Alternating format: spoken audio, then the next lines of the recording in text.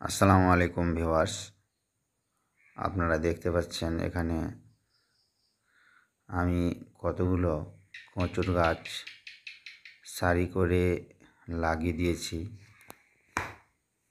এগুলো মূলত শাক খাওয়ার জন্য লাগিয়েছি। কচুর শাক একটা ভিটামিনযুক্ত খাদ্য। এটা কালো কচু। এখান থেকে মূলত প্রচুর পাতা সংগ্রহ করাই মূল উদ্দেশ্য। আপনারা দেখতে পাচ্ছেন আমি এই কচুর গাছগুলো সংগ্রহ করে নিয়ে এসেছি এবং বেড়ার ভিতরে লাগিয়ে দিচ্ছি, যাতে সারা বছর এখান থেকে নিয়মিত শাক পাওয়া যায়। কালো কচু যার ডাঁটাটা কালো, সেই কচুটা একটা মুখ বিশেষ চুলকাবে না, কিন্তু এর পুষ্টিগুণ অনেক। আয়রন সমৃদ্ধ একটি খাবার।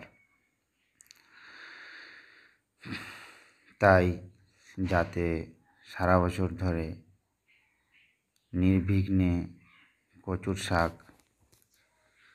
কচুর পাতা সংগ্রহ করা যায়, তার জন্য আমি এটা লাগিয়ে দিলাম।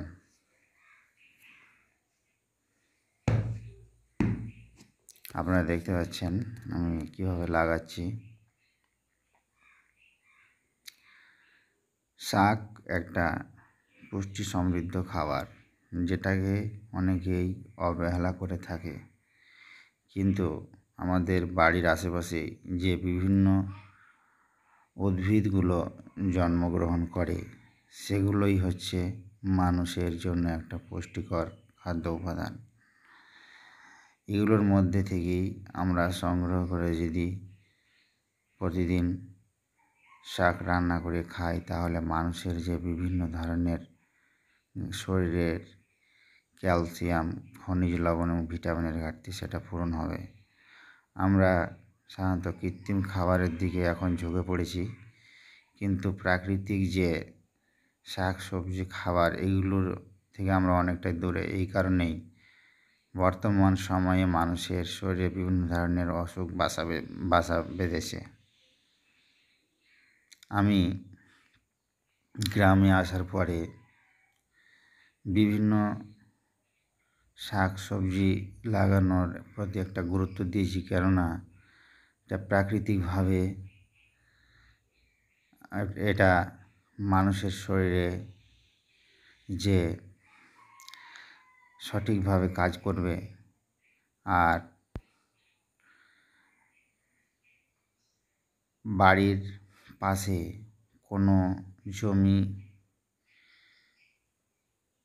ফেলে রেখে কোনো লাভ নেই। সেখানে যদি একটু ঘিরে বেড়া দিয়ে আমরা সবজি লাগিয়ে দিই, তাহলে খুব সহজেই সেখান থেকে সবজি পাওয়া যাবে। আর একটা ব্যাপার হচ্ছে, বাজার থেকে আমরা যে শাক সবজিগুলো ক্রয় করে নিয়ে আসি, সেগুলোতে কিন্তু বিষ এবং রাসায়নিক সারে ভর্তি থাকে, যেটা আমাদের জন্য মারাত্মক ক্ষতিকর। এখানে আমি এই গাছগুলো লাগিয়ে দিলাম। পরের একটা ভিডিওতে আপনাদের দেখাবো যে কিভাবে এখানে একটা কালো যে কচুর শাকের গাছের সারি তৈরি হয়ে যাবে, সেটা আপনাকে পরবর্তী ভিডিওতে দেখাবো।